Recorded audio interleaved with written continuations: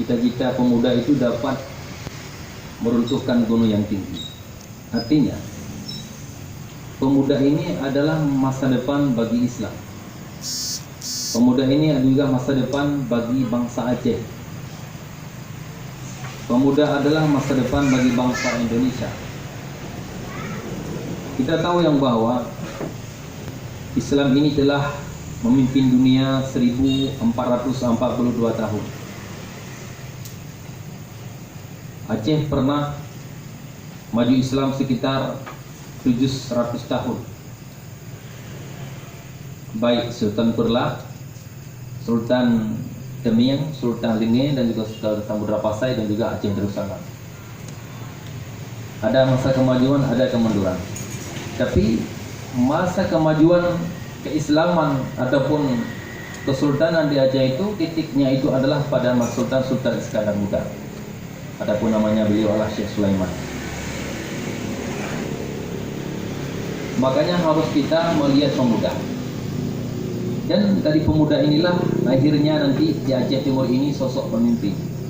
Karena dari kaum muda ini akan lahir pada alim ulama, lahir para pemimpin, lahirnya Pak Camat nanti.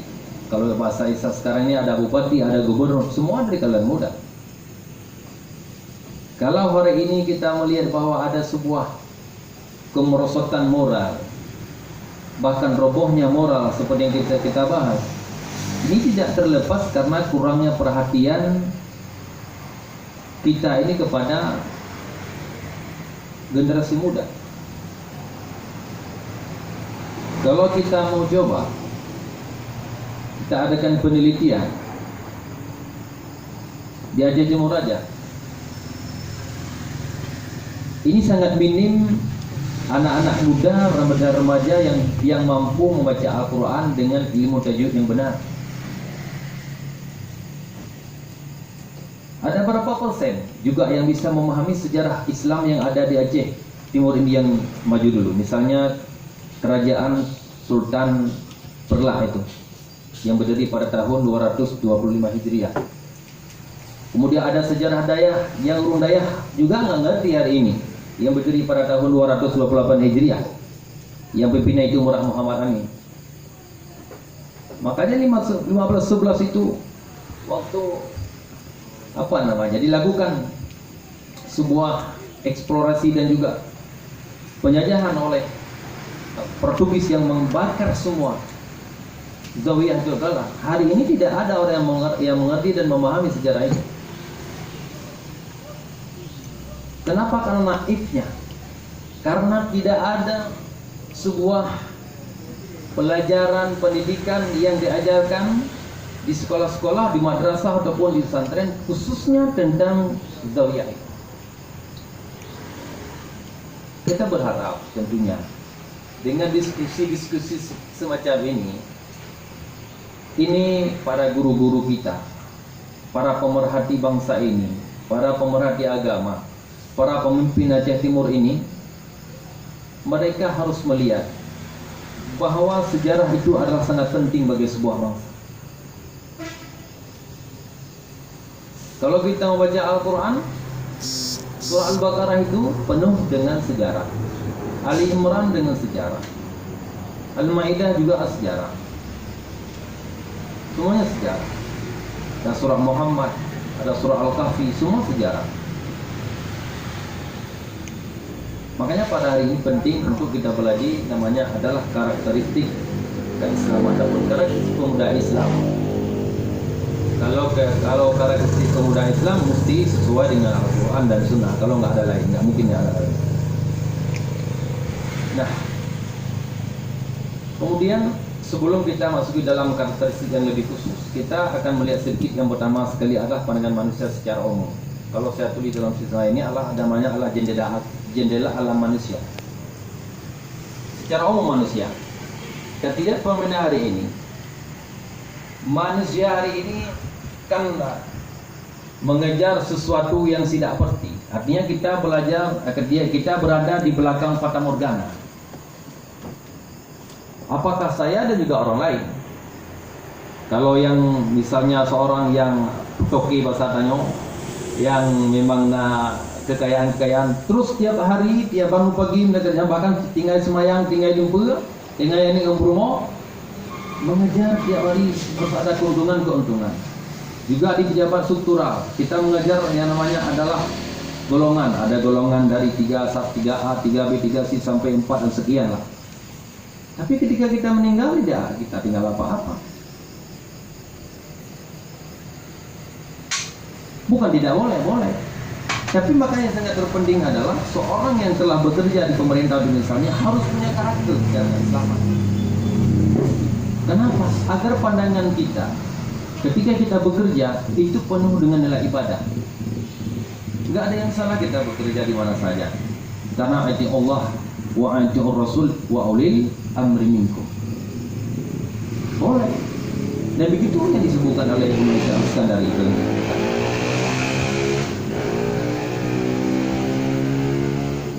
Oleh karena itu Allah Subhanahu wa taala mengingatkan kita di dalam surah An-An'am, wa anna hadza sirati mustaqima fattabi'u. Inilah jalan yang harus kita ikuti, yaitu jalan Al-Qur'an dan Sunnah. Artinya apa? Setiap generasi yang hadir dari seorang ibunda, dari seorang keluarga, dia itu harus dihadapkan dengan Islam, keislaman yang sempurna. Wala tadba'u subula. Kita jangan mengikuti jalan-jalan yang bukan dari Allah Subhanahu wa taala. Bagaimana konsekuensinya? Tidak boleh, karena fatafarraqa bikum anis sabil. Karena jalan-jalan itu adalah cara mencari kebaikan. Kita lihat hari ini orang yang tidak punya pendidikan agama yang kuat. Di mana dia bekerja? Jadi seorang misalnya pelopor apalah, orang politik, hancur politik. Hari ini di Aceh, kalau bidang politik di Aceh Rono, sudah kita damai sejak tahun 2005. Sekarang sudah 2020. Apa yang dirasakan oleh masyarakat Aceh? Tidak ada. Kehancuran moral luar biasa. Anak-anak muda sudah roboh akhlak hari ini. Mereka sudah nggak paham lagi Islam dengan sebenarnya. Apakah kita biarkan kehidupan mereka seperti itu? Tidak. Maka Allah surah Al-Maidah juga menulis Subhanahu wa ta'ala, ya ayyuhalladzina amanu man yartadda minkum. Siapa yang ada, pasti ada artinya. Artinya ada generasi-generasi kita yang telah tersesat. Kalau di situ mereka minkum, telah tersesat daripada agama. Allah akan mengutuskan seorang kaum, dia yang mencintai kamu, dia mencintai kita dan juga kita mencintai mereka. Barangkali inilah para hamba Allah yang tidak mengharap pamrih pada hari ini, yang terus berdiskusi mengembangkan sebuah channel ini yang berbahagia ini. Kita bisa meneruskan misi-misi Rasulullah ini. Oleh karena itu, saya berdasarkan ayat yang saya bacakan tadi ini juga, salikum wasakum bihi la'alakum tattaqun. Inilah yang diberikan Allah Subhanahu wa taala kepadamu, semoga kamu bertakwa. Maka kalau menurut pandangan saya, sudah saatnya santri-santri hari ini, gure-gure di pesantren itu harus keluar dari sarang untuk mengingatkan umat. Nggak boleh lagi duduk di pesantren cuma, nggak boleh. Yang kita lihat Abu Tumin mengaji, belajar di mana? Abu Mudi juga sampai ke Banda Aceh, Abu Yapasi sampai ke Banda Aceh. Dia mengajar umat hari ini. Ada apa? Kenapa beliau keluar dari pesantren-pesantren? Karena apa yang beliau baca hari ini memang sudah sangat mengerikan. Dan kadang-kadang dengan segala kesalahan, dengan segala kelelahan, beliau adalah juga keluar. Kemudian pemuda Islam juga adalah yang baik, itu adalah para perempuan jalan Allah. Artinya orang yang selalu mencari ridha Allah. Hari ini kita mencari rezeki, ada yang kerja di kantor, yang kerja di perkebunan, ada di petani, di mana-mana. Tujuan kita mencari itu apa? Kalau mencari rezeki hanya sekedar untuk mencoba sangat newace, bagi hubungan untuk jajak wasi, hanya perlu. Karena wa ma khalaqtul jinna wal insana illa liya'budun. Allah menciptakan kita untuk menyembah kepada Allah, bersujud kepada Allah. Tapi ada berapa banyak hari ini anak-anak muda, kawalan muda, bahkan yang tua sekalipun. Bahkan ibu-ibu muda di rumah hari ini lalai dengan game online itu.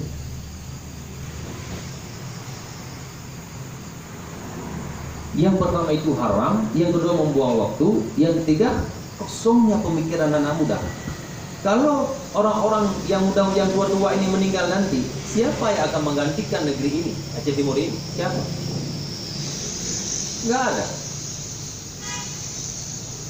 Kalau orang menyebutkan hari ini Aceh Timur krisis kepemimpinan, krisis kepemimpinan, dan saya kira itu benar adanya, memang seperti itu.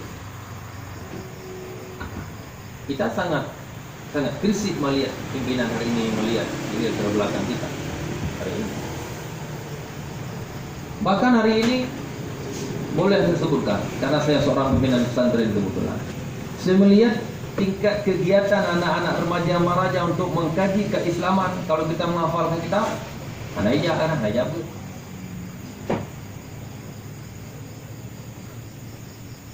Jadi gimana cara dengarnya?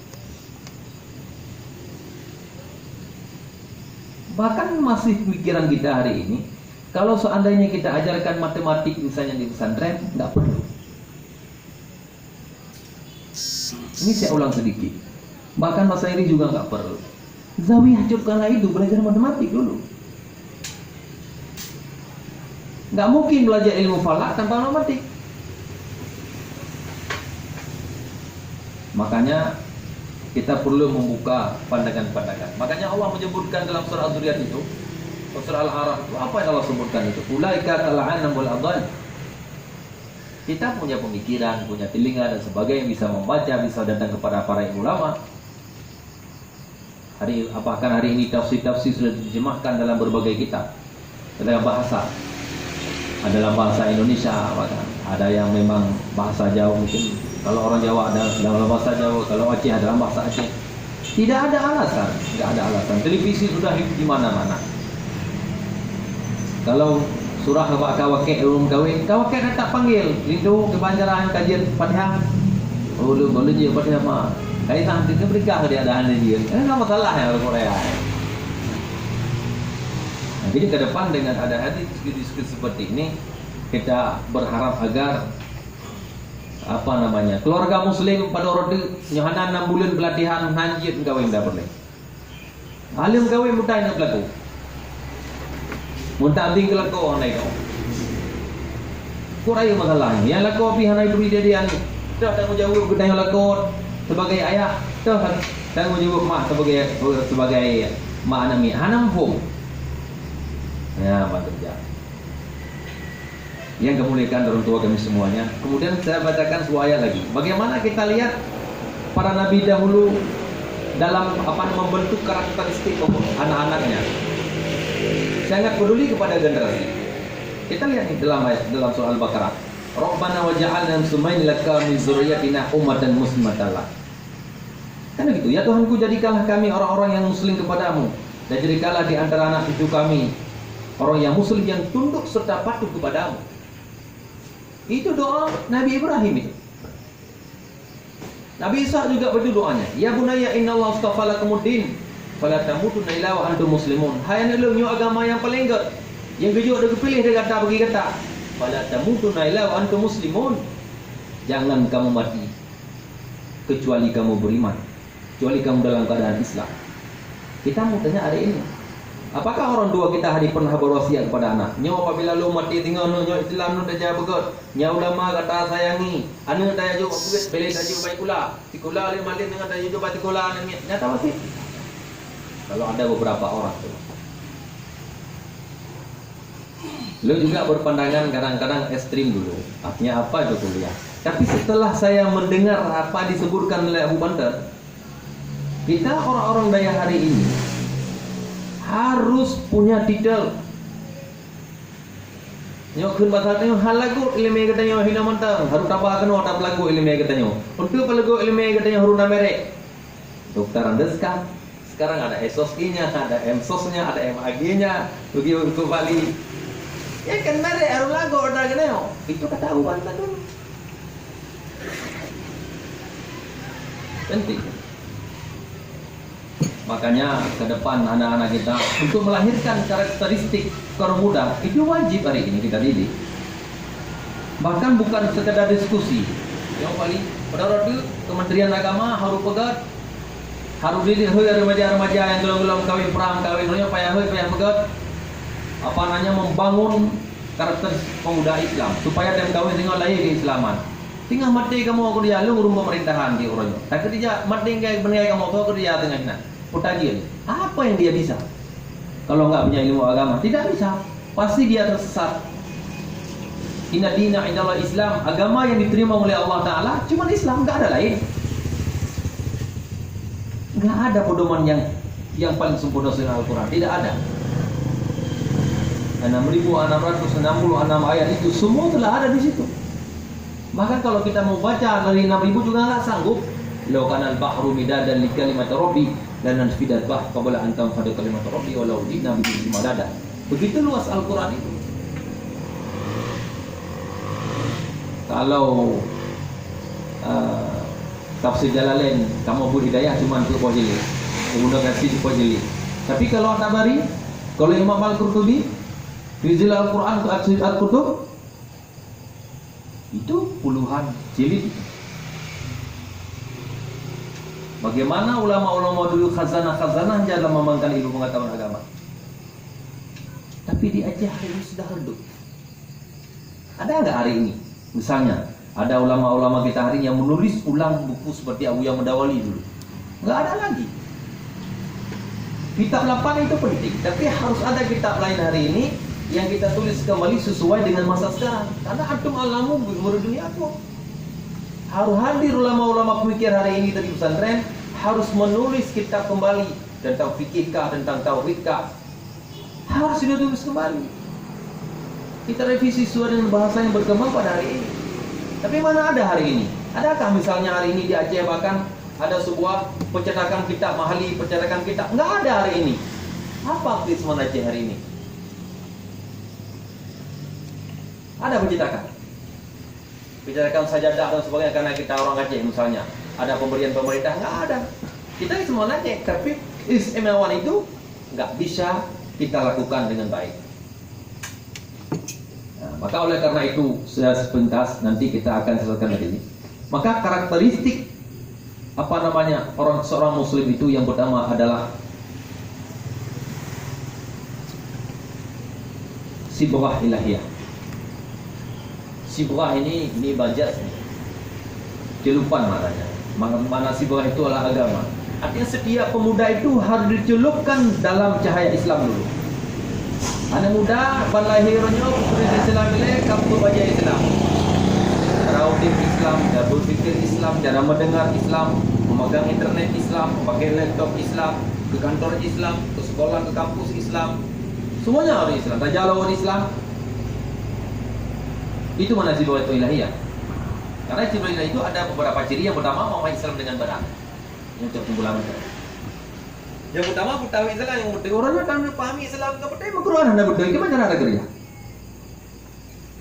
Pada camat orang yang jago berubah. Pada kepala dinas dari Aceh Timur orangnya dari skill plus sekian kepala dinas yang jago berubah. Kalau pemimpin nggak bisa memimpin umat, gelar begadang itu tak tahu. Nyoperle. Mau Quran mentang mana depan baca. Alhamdulillah mentang hana meri hana pai debi. Za pai debi ta pai debi. Ada pai debi makanya huruf gimana nak kerja? Anak cara kerja. 10-20 ya 6 itu. Yang kedua bertauhid dengan benar. Ini waktu di Aceh kalau Ahlussunnah wal Jamaah Syairah Maturidiyah. Yang haji berkata aja, ada pun dia fikir lain dah yo. Asma wa sifatnya, ada pun lain kadang-kadang yo. Yang kelima adalah menerapkan ajaran Islam dalam kehidupan sehari-hari. Anak kita berislam, rumah kita berislam. Tubuh Islam, dah betul Islam. Bismillahirrahmanirrahim. Saya hendak. Bismillahirrahmanirrahim. Allah la haula wala quwwata illa billahil aliyyil azim. Bukan doa. Ali itu sembahyang katanya. Hanya tinggal saja. Kita hanya tinggal katanya. Tak baca surat kursi. Karena ayat kursinya adalah apabila kita baca kursi mati katanya. Bukan surga kemudian cuma mati tak baca. Lakat jakum tadi baca abahnya kita yang pakon. Itu lom apabila kepegah dari ulama dalam kitab. Apabila memang kita baca lakat jakum sabi, kita hang mati dah Allah dalam di surga kita. Ada doa yang diajarkan untuk apa namanya menggapai kekayaan dan juga kemakmuran. Apa itu? Subhanallah bihamdihi subhanallahil azim astaghfirullah. Dibaca sejak subuh itu antara salat fajar dan salat subuh 100 kali. Itu yang kita sebutkan tadi. Yang ketiga adalah terus kita memberikan informasi ataupun mendakwahkan Islam kepada generasi-generasi kita. Walaupun hai dengar payah dengar mati. Nah, hanya mundur. Harus kali kita yang kamu beri dengar ambil gede. Yang ketiga adalah tersedia dan menegakkan kebenaran Islam. Harus dapat apa orang ramai yang Islamnya dari betul. Betul buat ini orang harus diikuti. Jamai tengok kadang-kadang karena buat orang rupi yang anggap aneh mesti apa aneh gitu. Akhir jamun gajah tua. So merasa atau raja sagawa. Yang narame mbak dua buat tempat. Jambu madak gelanggang tajau. Kalau malam Jumat kita lihat orang berfikir sangat banyak di kopi warung kebun, nggak boleh. Tapi kan baca surah kafi dulu, ada yasin dulu, kan begitu orang Islam itu. Itulah salah satu daripada apa namanya karakter Islam sibghah ilahiyah. Yang kedua itu adalah kepekaan dan ketajaman jiwa. Ini panjang. Ketajaman jiwa, kepekaan dan ketajaman jiwa. Orang-orang mukmin itu harus tajam jiwa kita. Ini 2020, ini sedang COVID ini. Ada apa COVID ini? Apa di belakang layar COVID ini? Apa target ke depan nanti? Ada resesi ekonomi, politik, bagaimana dunia? Kita harus paham itu. Ya, apakah ini ilmu politik wajib? Ilmu politik kegunaan. Kalau nggak kita mengubah negeri dengan punya ilmu politik nggak bisa. Erdogan membawa Turki hari ini menjadi negara Islam karena politiknya. Karena ulama-ulama di Turki itu sangat mendukung. Yang ketiga adalah kebanggaan terhadap Islam. Nah, anak muda kita yang Islam yang bangga kepada Islam orangnya tadi ngodali. Hidup buat Islam. Kalau nggak ada pesantren, kata Abu Tumi, sudah hancur Aceh ini. Yang kecil, Injak Belanda kena pesantren lah itu. Hidup Jodoh Ajo Kala, hidup daya bucik dan Habaya, hidup kecil daya kunci partai gulu. Banyak daya hidup ini menurut kepilih. Takkan, sedang mereka sudah paham. Saya dulu waktu ikut pelatihan di Kemenang itu ada seorang apa namanya orang tua guru kita boleh sebutkan dari mana Aceh. Apa dia sebutkan? Kalau Indonesia nggak dijajah oleh Belanda, nggak ada sekolah. Yang ada cuma Dayak. Bukan saya yang mengatakan itu. Tapi eksistensi Dayak itu sudah dipahami oleh Belanda, hancurkan, ganti pendidikan semua. Kita harus paham. Yang kelima adalah apa yang kesalnya adalah berpegang teguh kepada kebenaran. Kita nggak usah terlalu menjilat lah kalau bahasa saya. Santai-santai saja kita. Kalau kita mau bantuan ya kita usaha-usaha sendirilah. Tapi kalau ada terima juga. Tapi jangan istilahnya menjilat kalau bahasa saya. Yang kelima itu alal mujahadah. Bertahan hidup. Kita harus bertahan. Kuat dengan ekonomi. Seberapa kita miliki. Orang pesantren harus kuat dengan ekonomi. Dan kau wilayah negara ekonomi anak kuat. Yang jawab apa ali, gimana cara apa di kita solusi? Kayak apa yang nyamal? Gimana cara ada solusi? Tanya apa Abi Jufri Jalil. Ya kepanjara ada kerja. Kan ada jawaban di situ. Orang tua dah sukses. Yang keenam adalah konsisten terhadap kebenaran. Di mana kebenaran harus kita istiqamah, nggak boleh kita hilangkan. Dan yang ketujuh itu adalah apa namanya ketenangan jiwa dan ketenangan hati dan banyak berzikir kepada Allah Subhanahu Wa Taala. Gabung dengan ilmu tarikat. Saya kalau nggak salah saya di ilmu tarikat dulu usia saya 14 tahun dulu. Saya udah mengambil namanya tarikat Naqsyabandiyah dulu sama Abu Badilhe. Sampai sekarang mau dikasih apa munafis saya nggak berani ya. Tapi khalifah sudah insya Allah oleh bersama Abu Jamaluddin Wali sekali khatam Quran kemarin itu. Dan ijazah tarikat ada beberapa tarikat Habib yang dari Makkah itu ada juga. Tapi yang penting kan kita hari ini memahami lagi Keislaman kita yang sebenarnya. Itu aja. Yang nggak penting. Semoga orang tua kita semua ini bisa apa yang kita Allah Subhanahu Wa Taala. Jadi untuk sementara inilah yang perlu yang sudah bisa saya sampaikan dulu. Insya Allah kalau nanti kita bisa nyambung kembali ya. Karena ini partinya sebenarnya masih panjang. masih sangat panjang. Bicara karakter Islam ini sangat panjang karena mendetail sampai jadi kepemimpinan nanti. Demikianlah buat sementara. Assalamualaikum warahmatullahi wabarakatuh. Baik Tuh. Selanjutnya Pak Isnya Ahmad. Kita mengingat bahwa pemuda adalah harapan bangsa dan yang menjadi tombak peradaban untuk memajukan sebuah bangsa. Akan tetapi sekarang kita lihat di mana para pemuda kita sangat kurang dalam pemahamannya tentang Islam, juga sangat kurang dalam pemahamannya tentang sejarah Islam itu sendiri. Begitu juga kita lihat krisis identity ataupun krisis identitas daripada pemuda. Siapakah yang ke depan ataupun bagaimanakah ke depan calon pemimpin-pemimpin untuk Nagro kita nyonyo. Oke, Pak Is, silakan diberi pandangannya, Pak. Assalamualaikum warahmatullahi wabarakatuh. Pertemuan kita ini telah dibuka oleh Tuan Dr. Syekh. Jadi saya melanjutkan sedikit. Yang pembahasan yang disampaikan oleh Dr. Syekh sangat menarik, ya. Terutama tentang daya Cokala. Itu sebenarnya sebagai basis pengembangan peradaban keilmuan tempo dulu.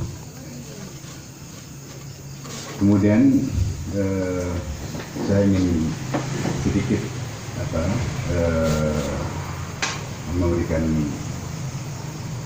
beberapa keterangan untuk kita bersama. Tentu ini tidak jauh dari bahasan yang disampaikan.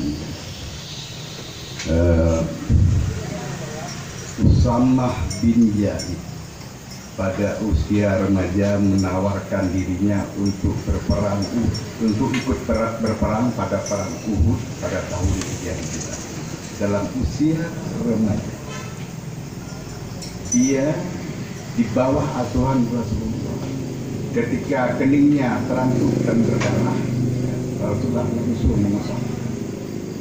Jadi yang awal ditubuhkan itu adalah kasih sayang dulu dari orang tua kepada para anak-anak.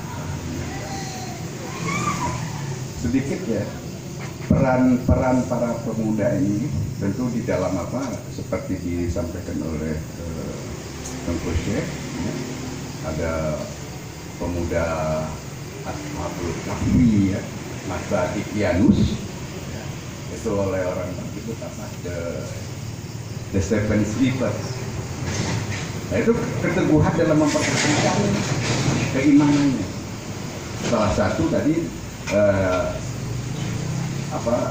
butir-butir yang disampaikan oleh Tengkus, ya, mempertahankan kekuatan keimanannya.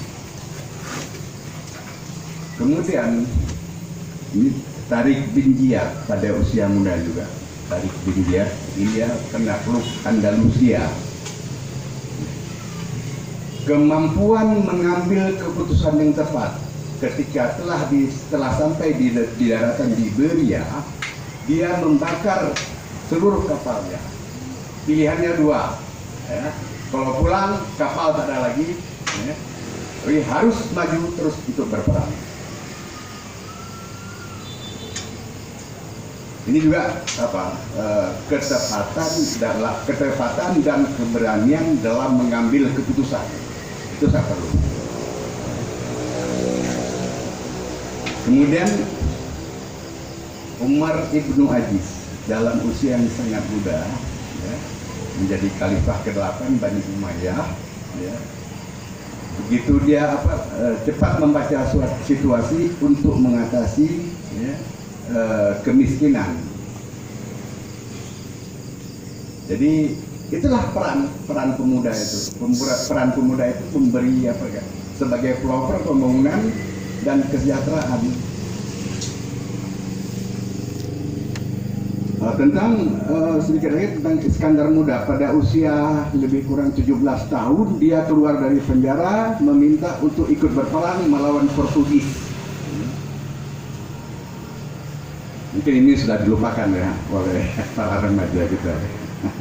Para daripada Sultan Iskandar Muda.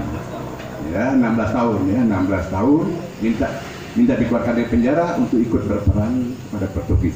Dia juga mengambil keputusan yang tepat. Ketika sudah keluar, dia tidak mau masuk di penjara, terus memimpin kerajaan. Ya. Karena dia tahu bahwa Portugis akan balik kembali jika Aceh lemah. Sebelumnya, ya saya teruskan. Saya ingin bacakan sedikit bagaimana wasiat pujangga kita, pujangga Aceh yang terkenal, ya, Hamzah Pansuri, ya, dalam syair perahunya. Wahai muda, kenal dirimu, ialah perahu tamsil tubuhmu, tiadalah berapa lama hidupmu, ke akhirat juga kekal hidupmu. Satu lagi yang dituliskan oleh Ali Hasmi, ini penyair Aceh. Ya. Mudah-mudahan remaja kita, para pemuda masih bisa mengingat. Ini menyesal. Ya. Pagiku hilang, sudah melayang, hari mudaku sudah pergi. Sekarang pedang datang membayang. Sekarang petang datang membayang, batang usiaku telah tinggi. Aku lalai di hari pagi, beta lengah di masa muda. Ini hidup meracun hati, miskin ilmu, miskin harta. Ah, apa gunanya aku sesalkan? Menyesal tua tiada berguna, hanya menambah luka sukma. Kepada yang muda aku harapkan, atur barisan di hari pagi menuju ke arah padang bekti. Nah, mari kita tatan kembali. Ya. Kita ingin mempersiapkan pemuda-pemuda, ya, pemuda-pemuda yang beriman, ya, terampil, ya, punya keilmuan yang cukup, mempunyai daya saing yang tinggi. Ya. Jadi adalah sebenarnya banyak tertumpu pada pendidikan. Ya, pendidikan. Juga orang tua harus memberi ruang. Ya, kadang-kadang ruang ini terhambat. Ya, ketika anak muda mau maju, ya, jalan tidak diberikan. Ya. Jadi pada prinsipnya, ya, persiapan itu memang dari pendidikan. Pemimpin ya, harus dipersiapkan. Saat seorang berumur 18 tahun, dia disitulah menentukan jalan hidupnya. Dia disitu membuat keputusan. Ya. Dia disitu membuka terawang cita-citanya. Makanya kita harus lagi kembali kepada pendidikan yang seperti disampaikan dari Presiden, ya, bahwa dari pondok-pondok pesantren itu juga sanggup tampil ke depan, ya, untuk berdiri di garda depan untuk memimpin bangsa. Ya. Dulu banyak sekali ya, peran-peran tokoh ulama, ya, dalam perjuangan kemerdekaan. Saya rasa itu dulu. Ya. Assalamualaikum warahmatullahi wabarakatuh.